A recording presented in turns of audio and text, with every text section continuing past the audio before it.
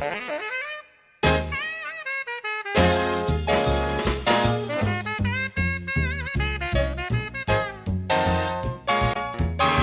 back to Miller Music Studios. Let's start with our voice lessons now. We'll have a whole course that will have a lot of vocalises. Those are vocal exercises, vocal warm-ups. And you know, they're not exactly just warm-ups, because the vocal exercises that I'm going to share with you actually work out your vocal mechanism.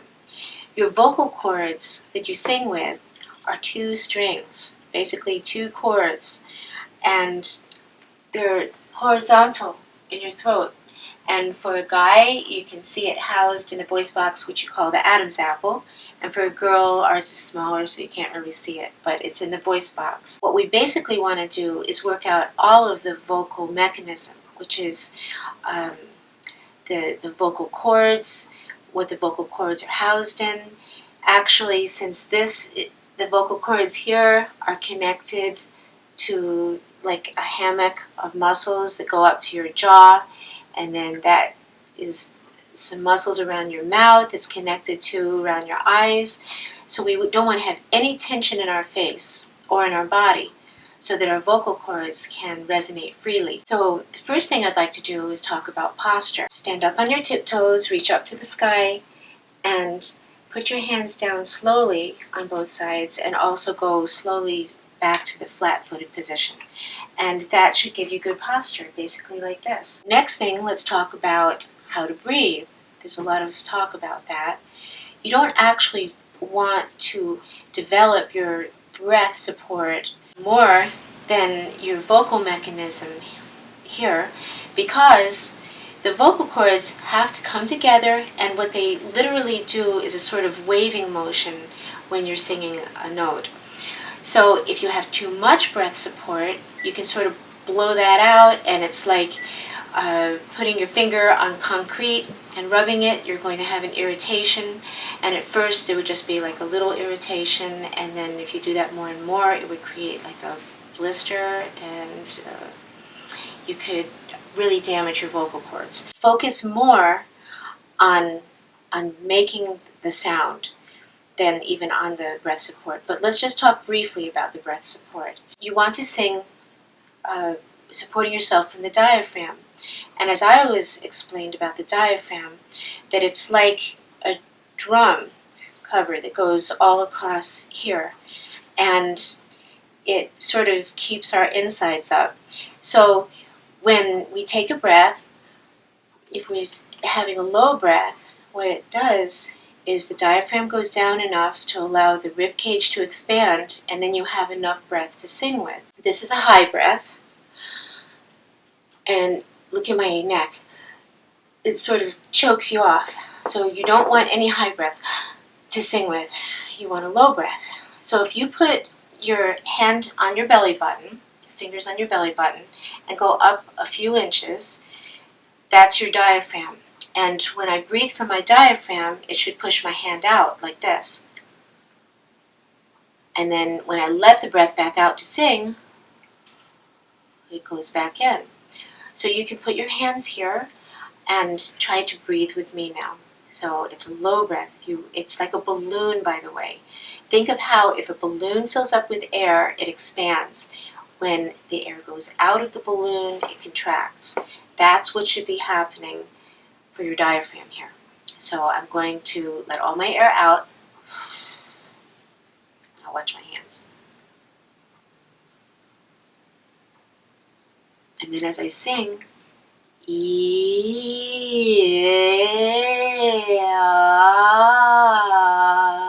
hands go back in again. And by the way, that's our first vocal warm-up. So we're going to sing on ye, yay, ya. And when you say the letter Y, it gets your tongue up in the back. So yeah.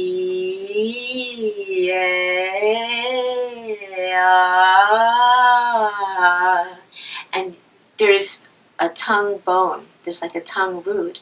And if you elevate the tongue in the back of your throat, then you're able to position your vocal cords in a horizontal position, in a good position to do your singing. So that Y is like really perfect to work with. So I'll sing with the first or second of the vocalises, and then we'll go up high. And as soon as it gets too high for you, drop out, and then pick up again when you feel like you can sing there.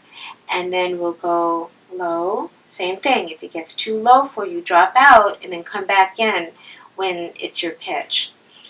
And this is our do, fa. I'd like to teach you our solfeggio before we start with hand signals. So this is the Kodai method. So if you put your hands in a fist, some people just, will do one, but I think two is good because it mirrors it. And we'll sing do, re, mi, fa, sol, la, ti, do, ti, la, so, fa, mi, re, do. And this first exercise is going to be do, fa, and we'll go back and forth. Before we begin actually singing, let's talk about tone columns and what happens when you sing a note. There's literally sound energy that is produced in a column. And if you sing a low note, like E, the tone column goes that way, and you can feel it maybe here or behind your nose. As you go higher, E, the tone column goes a little higher. E. So that's the chest voice. The lower register is, you're going to feel it also in your chest. You feel like the manifestations of your voice in different places of your body. So they call it, like these notes that are the lower notes, the chest voice. When you get to about B flat or B, on pretty much everyone, the voice starts to shift. And you have to be careful there so your voice doesn't do what we call cracking, or the vocal cords do like a flip. And then at B, you start to go to the head voice. And the higher up you go, the further back the tone column is going to impinge on the roof of your mouth. So if you put your tongue on the roof of your mouth, right behind your top teeth, there's the hard palate and the ridges. If you go back a little farther with your tongue, it's smooth, still the hard palate. If you go back even farther, it starts getting soft, and with a soft palate, like if this is the hard palate, the soft palate goes up like this. So when you get to E flat, the tone column shoots about there. As you go up to the E and the F, you're going towards the head voice. When you get to the F sharp, on pretty much everybody, it's going to be the first note that the tone column shoots through the soft palate, the total soft palate. And then from there, you have to be aware of opening your mouth a little more. Like some people feel like if it's high, put your chin up and like reach for it. That will actually make it harder to hit the note. So you keep your head in the horizontal position. And all right, so let's get started now.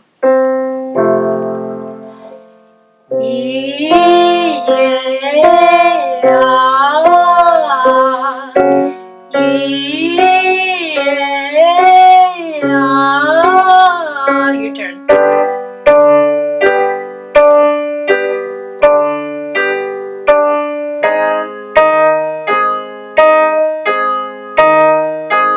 Check your body posture.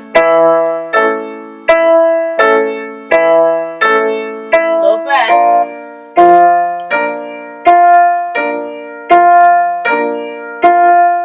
This note is B. Be careful. That's the changing note.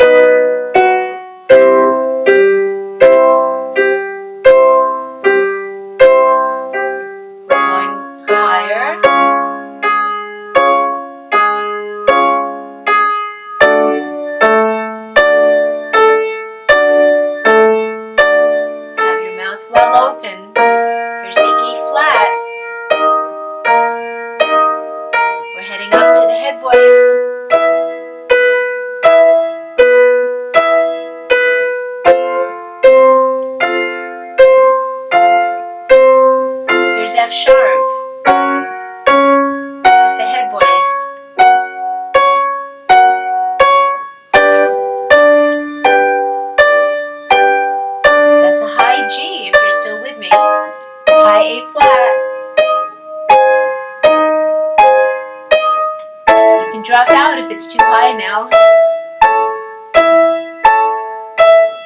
If you're a lyric color to a soprano, you're still with me. Some boys might want to be doing falsetto.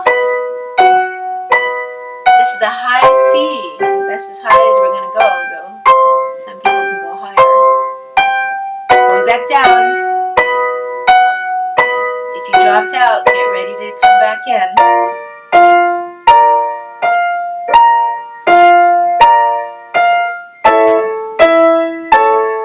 We're about to get out of the head register.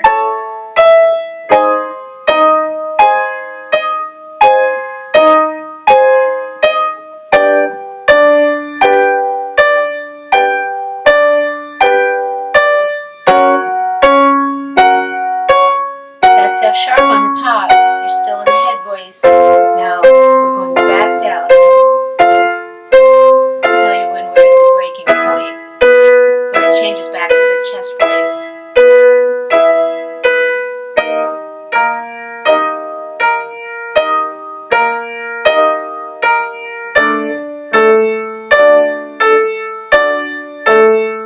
We're sort of there, right in the middle of it.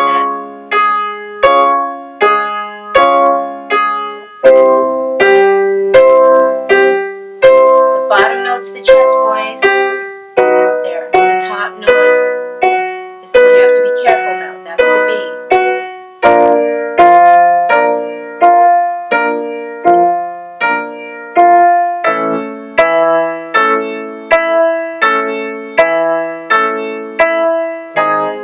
Check your posture. Stay with it. Breathe.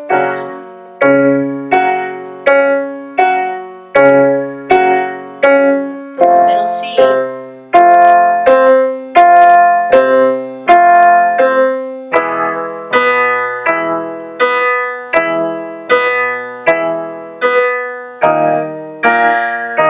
Make sure you have a smooth sound down here. Don't get a gravelly sound, so be gentle.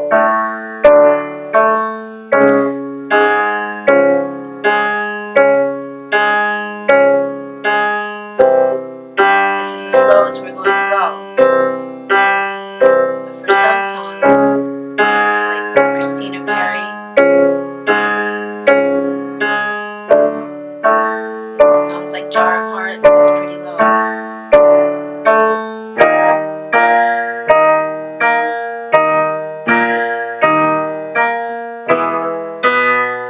And we'll stop in one more at middle C. Here you are, last one.